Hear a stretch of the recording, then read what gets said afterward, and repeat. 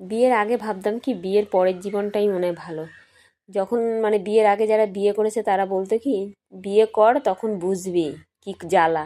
তখন ভাবতাম কি নিজেরা তো বিয়ে করেছে এই জন্য আমাদের বলছে যে বিয়ে করবি না, কিন্তু এখন বুঝি হ্যাঁ সত্যিই তারা ঠিক বলেছে, বিয়ের আগের জীবনটাই ভালো ছিল।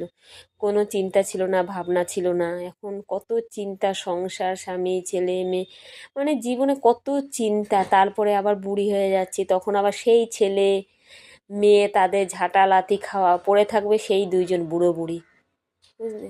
এটাই ভাবি, যত বয়স বাড়ছে না এইসব চিন্তা ভাবনাগুলো না মনের মধ্যে জাগছে।